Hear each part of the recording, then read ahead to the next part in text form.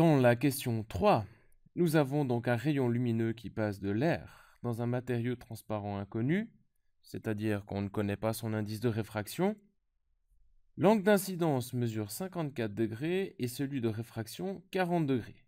Quelle est la vitesse de la lumière dans le matériau inconnu? Et on va donner le résultat numérique en notation scientifique et arrondi à 3 chiffres significatifs, ce que vous devez d'ailleurs tout le temps faire. Alors commençons par un bon schéma. Ceci est la surface de séparation entre les deux milieux. Nous avons donc dit que l'on passe de l'air dans un milieu inconnu. Ceci nous permet de savoir que l'indice de réfraction du milieu 1, ça c'est le milieu 1, c'est donc l'indice de réfraction de l'air, c'est à peu près 1. Et que l'indice de réfraction du deuxième milieu, eh bien, on ne le connaît pas puisqu'on ne connaît pas le milieu. Ceci est le temps, le milieu 2. On a donc un rayon incident ici. Je vais essayer d'être un peu plus propre. Je demande aussi d'être propre dans l'examen, s'il vous plaît. Là, on met la normale. Donc, on a un angle d'incidence qui vaut 54 degrés. Alpha 1 égale 54 degrés. Et l'angle de réfraction qui vaut un peu moins 40 degrés. Donc, on aurait plutôt quelque chose qui ressemble à ça. Et on va tracer le rayon réfracté avec un angle de réfraction plus petit. Donc l'angle de réfraction alpha 2 qui vaut ici 40 degrés. Alors on pose bien évidemment la loi de la réfraction. N1 fois sin alpha 1 égale N2 fois sin alpha 2. Donc il faut bien savoir que N1 alpha 1 ce sont l'indice de réfraction et l'angle...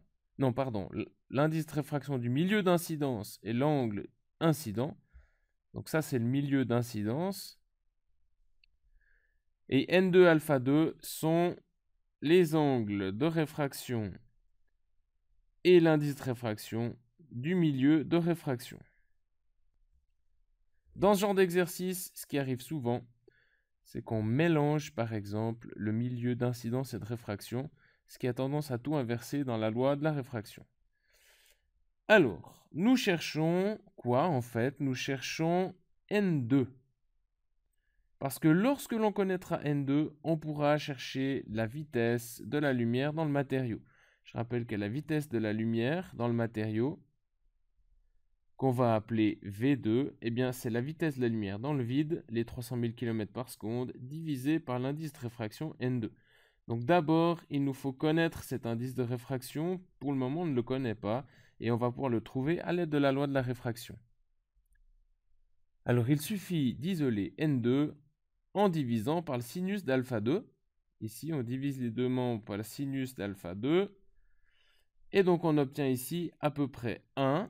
C'est à peu près égal, parce qu'on a dit que l'indice de réfraction de l'air était environ 1, fois le sinus de l'angle d'incidence, qui est donc 54 degrés, divisé par le sinus de l'angle de réfraction, qui est 40 degrés.